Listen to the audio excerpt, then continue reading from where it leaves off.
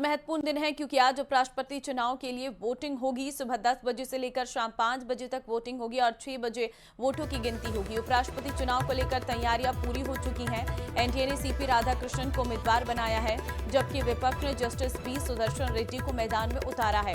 BJD और BRS के vote न डालने से मुकाबला दिलचस्प हो गया है। हालांकि एनडीए के पास संख्या बल अधिक है।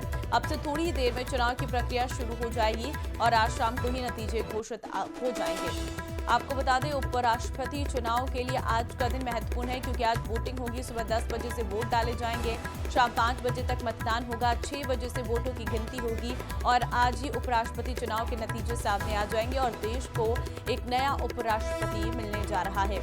आपको बता दें कि इससे पहले जगदीप धनखड़ के एकाएक स्वास्थ्य का हवाला देते हुए इस पद से इस्तीफा देना चर्चा का विषय रहा था, जिसके बाद नए उपराष्ट्रपति के लिए 2 नाम फाइनल हुए, एक विपक्ष की तरफ से और एक एनडीए ने अपने उम्मीदवार का नाम चयनित किया। अब ऐसे में एनडीए वर्सेस इंडिया किसकी जीत भारी रहती है ये देखना होगा। लेकिन अगर बहुमत का आंकड़ा देखें तो एनडीए के पास बहुमत के आंकड़े से भी अधिक संख्या बल है। लेकिन आज की ये वोटिंग प्रक्रिया बेहद महत्वपूर्ण रहने वाली है। 10 बजे बताया जा रहा है कि वोटिंग की प्रक्रिया शुरू हो जाएगी और प्रधानमंत्री नरेंद्र मोदी 10 बजे वोट डालने के लिए पहुंचेंगे। The election is taking place. It is going to be a big victory for the Indian nationalism. We all are one. We will be one. India, we want to be the Viksit Bharat, and all the victory will lead towards that. Thank you. तो यह है CP Radhakrishnan, NDA के उम्मीदवार हैं, जिनकी तरफ से कहा गया है कि हमें पूरी उम्मीद है कि वी विल विन और इस तरह की बात करते हुए नजर आए हैं। तो सीपी राधाकृष्णन एनडीए के उम्मीदवार हैं और नंबर का पूरा गणित अगर हम देखें तो कहीं ना कहीं एनडीए इंडिया पर ज़रूर भारी है। एनडीए के पास वो पूरे उम्मीदवार पहले से ही मौजूद हैं जितने का संख्या बल चाहिए जीतने के लिए। और अब ऐसे में देखना होगा कि किस तरीके का आज का ये उपचुनाव देखने को मिलेगा, क्योंकि उपराष्ट्रपति का ये चुनाव है और ऐसे में इस चुनावी रण में 2 दिग्गज मैदान में है और दोनों ही दिग्गज नेता हैं। और अगर बात करें तो 2 के बीच मुकाबला है, एक तरफ एनडीए और दूसरी तरफ इंडिया। अब ऐसा देखना होगा कि दोनों के बीच में कौन बाजी मारता है। और 10 बजे से वोट डालने शुरू हो जाएंगे, 5 बजे तक का ये रहेगा। देखिए, जीत का गणित भी हम आपको बता रहे हैं, जिसमें एनडीए के पास 293 हैं और इंडिया गठबंधन के पास 249 हैं। एनडीए 134 राज्यसभा की हम बात कर रहे हैं और इंडिया गठबंधन 106। ऐसे में जो बहुमत की संख्या रहती है वो 392 है, जो पूरी तरह से एनडीए के पास इस वक्त है, क्योंकि इसमें लोकसभा और राज्यसभा के सांसद ही वोट डालते हैं। तो ऐसे में आपको साफ नजर आ रहा होगा कि एनडीए 293, जिसमें बीजेपी के 240 हैं, शिवसेना के इसमें 7 हैं और इसके साथ ही और टीडीपी के इसमें 16 उम्मीदवार सांसद हैं। तो जेडीयू के इसमें 12 हैं सांसद जो पूरे एनडीए के अंदर आते हैं और एलजेपी रामविलास की अगर हम बात करें पार्टी तो इसमें 5 सांसद हैं। तो राखपा का भी इसमें 1 सांसद है, तो कुल मिला के 293 है। और अगर बात राज्यसभा की करें तो 134 यहाँ पर एनडीए के उम्मीदवार हैं, बीजेपी के 90 सांसद हैं, तो जेडीयू के 4 सांसद राज्यसभा में हैं, राखपा के भी 2 सांसद राज्यसभा में हैं। अब इंडिया गठबंधन का लोकसभा का सबसे पहले हम बता रहे हैं, 249 में से कांग्रेस के 99 सांसद हैं। सपा की अगर मैं बात करूं तो 37 सांसद हैं, 37 वोट आप मान लीजिए इन्हें। टीएमसी की अगर हम बात करें तो 28 सांसद लोकसभा में हैं।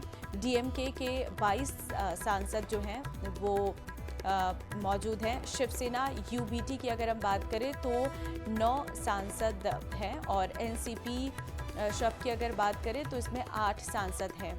तो ये है लोकसभा का। आरजेडी के इसमें 4 सांसद हैं। तो ऐसे में ये है लोकसभा का अंक गणित इंडिया गठबंधन के लिए। सीपीआईएम के भी हैं इसमें 4 सांसद। तो कुल मिलाकर 249 में से ये संख्या बल जो है वो लोकसभा में है। तो सुबह 10 बजे से लेकर शाम 5 बजे तक मतदान रहने वाला है और उसके बाद जो है संसद भवन के कमरा नंबर F101 में ये मतदान है।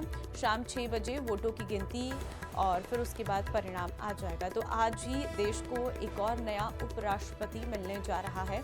अब देखना होगा कि कौन नया उपराष्ट्रपति बनता है और क्योंकि संख्या बल तो साफ तौर पर एनडीए के पास है, जिसे पहले एक तरफा चुनाव माना जा रहा था, लेकिन अब क्योंकि विपक्ष को भरोसा है कि ये पूरी तरह कैंडिडेट जो है किसी पार्टी के तरफ से नहीं होते, किसी सिंबल से वो चुनाव नहीं लड़ते, ऐसे में इस तरह का कोई संवैधानिक जो नियम है वो नहीं है।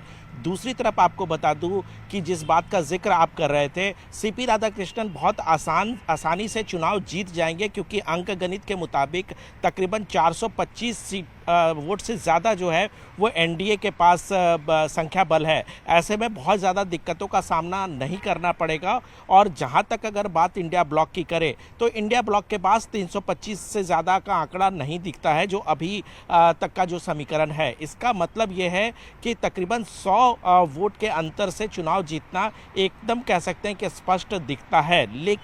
लेकिन सबसे बड़ी चुनौती जो एनडीए और बीजेपी के लिए है, जिस तरीके से 2017 और 2022 में, यानी 2017 में जिस तरह से वेंकैया नायडू ने एक बड़े मार्जिन से जीत दर्ज कराई थी, उसके बाद जिस तरह से जगदीप धनखड़ 2022 में एक बड़ी जीत, एक रिकॉर्ड जीत कह सकते हैं, 350 के तकरीबन अंतर से जो है वो चुनाव जीते थे, तो वो जीत इस बार नहीं दिख रहा है। और बीजेपी और ख़ास तौर पर एनडीए जो है वो फूक कर कदम बढ़ा रही है। हमने देखा है कि पिछले 2 दिनों से ख़ास तौर पर इसी मुद्दे पर जो है वो कार्यशाला भी आयोजित किया गया कि कहीं भी वोटों का हेरा फेरी या वोटों में किसी तरह की गलती ना हो। बाकायदा जो है वो सांसदों को इसकी ट्रेनिंग दी गई। और आपको बताऊं कि अभी 8 बजे से कई मंत्रियों के घर पर जो है वो ग्रुप्स में राज्यों के राज्यवार तरीके से जो सांसद हैं वो भी वहां पर गए हैं। यानी कि बीजेपी चाहती है कि ज़्यादा से ज़्यादा जो है वोट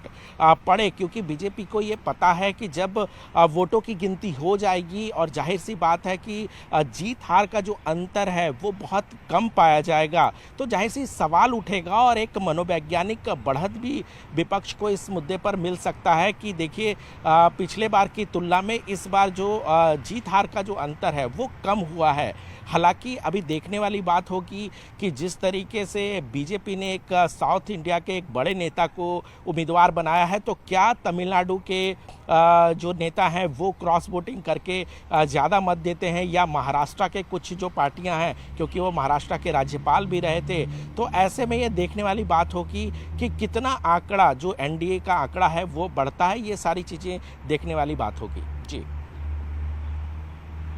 बिल्कुल नजर आ रहा है कि अंक गणित जिस हिसाब से अगर हम देखें तो जीत तो सुनिश्चित है, लेकिन उसके बावजूद भी कहीं ना कहीं चुनौती ज़रूर बनती है और आज का ये चुनाव अपने आप में दिलचस्प हो जाता है। अब देखना होगा क्या मार्जिन रहती है, लेकिन हम ग्राफिक्स के माध्यम से आपको लगातार दिखा भी रहे हैं कि किस तरह का ये समीकरण है और जीत का गणित क्या रहने वाला है। लोकसभा में कितने सांसद हैं जो एनडीए के पक्ष में वोट करेंगे और साथ ही साथ इंडिया गठबंधन के कितने सांसद हैं और किस तरह से जीत का ये मार्जिन रहने वाला है। 100 वोटों का मार्जिन बताया जा रहा है जीत के लिए बड़ा है। एनडीए की जीत तो सुनिश्चित है ही, लेकिन अब देखना होगा कि कितने जो क्रॉस वोटिंग है वो रहती है, क्योंकि वो क्रॉस वोटिंग बहुत मायने रखती है। वैज्ञानिक बढ़त कह सकते हैं, क्योंकि आमतौर पर देखा गया है कि जिस तरीके से बीजेडी और बीआरएस और अकाली दल, ये जो तीनों पार्टियां हैं, वो आमतौर पर हमने देखा है कि वो एनडीए का सहयोग करती आई है। वो एनडीए के जो एनडीए के उम्मीदवार हैं उसके पक्ष में मतदान करती आई है। लेकिन इस बार उन्होंने ये घोषणा की कि वो इस पूरे चुनाव से अपने आप को अलग करते हैं, यानी कि अब्सटेन करते हैं। जाहिर सी बात है कि इन्होंने ना विपक्ष को चुना है ना सत्ता पक्ष को चुना है। ये एक राहत वाली बात जरूर बीजेपी के लिए है, क्योंकि अगर ये विपक्ष के साथ जाते तो शायद बीजेपी को और नुकसान झेलना पड़ता और जीत हार का अंतर जो है वो और कम हो जाता। तो जाहिर सी बात है कि इसके दो पहलू हैं, लेकिन बीजेपी ये चाहती है कि ज़्यादा से ज़्यादा संख्या में क्रॉस वोटिंग हो। कहीं ना कहीं जो विपक्ष के जो सांसद हैं वो सीपी राधाकृष्णन के समर्थन में वोट डालें। और जिस तरह से बताया, क्योंकि बिल्कुल कोशिश तो यही रहने वाली है, और क्योंकि दो पार्टियों की तरफ से पहले ही अपने ये जानकारी दे दी गई है कि वो लोग आज वोटिंग करते हुए नज़र नहीं आएंगे, ये महत्वपूर्ण रहने वाला है और इससे कहीं ना कहीं एनडीए के लिए एक बहुत बड़ा प्लस पॉइंट रहने वाला है। लेकिन आज का ये चुनाव अपने आप में सभी की नज़र इस पर रहने वाली हैं कि किस तरह से क्या कोई क्रॉस वोटिंग होती है। अगर क्रॉस वोटिंग होती है तो कहीं ना कहीं एनडीए के लिए ये प्लस पॉइंट रहेगा, लेकिन इंडिया गठबंधन के लिए ये नेगेटिव पॉइंट ज़रूर रहने वाला है। और देखिए, उपराष्ट्रपति चुनाव में कौन कौन वोट डालेंगे उसके लिए भी हम आपको ग्राफिक्स के माध्यम से बता रहे हैं। जीत के लिए 392 वोटों की ज़रूरत होती है। राज्यसभा और लोकसभा के सांसद जो हैं वो इस चुनाव में वोट डालते हैं। राज्यसभा के जो मनोनीत सदस्य हैं वो यहाँ पर वोट डालेंगे और राज्यसभा में 233 निर्वाचित और 12 मनोनीत एमपी हैं और लोकसभा में 542 जो है सांसद वोट डालेंगे। निर्वाचक मंडल में कुल 781 जो सदस्य हैं सांसद हैं और इसी के साथ ही जीत के लिए जो 392 वोटों की ज़रूरत रहती है। तो ये आंकड़ा तो एनडीए के पास पूरा है, लेकिन यहाँ पर दिलचस्पी तब बढ़ जाती है जब इस आंकड़े को भी पार करती हुई एनडीए नजर आएगी, क्योंकि यहाँ पर एनडीए को उम्मीद है कि 100 का डिफरेंस तो बड़ा है ही, जीत तो हो ही जाएगी। लेकिन क्योंकि इससे पहले जब उपराष्ट्रपति के चुनाव हुए थे तो जीत का आंकड़ा बहुत लंबा था, यानी कि जो संख्या बल था वो बड़ा था। 350 वोटों से जीत दर्ज की थी, ज़्यादा वोटों से जीत दर्ज की थी जगदीप धनखड़ ने। ऐसे में आज देखना होगा राधा कृष्णन की जीत कितने आंकड़े से होती है, कितने नंबर से होती है। वो नंबर गणित ही यहाँ पर इस पूरे चुनाव में सबसे बड़ा बल देने वाला रहेगा।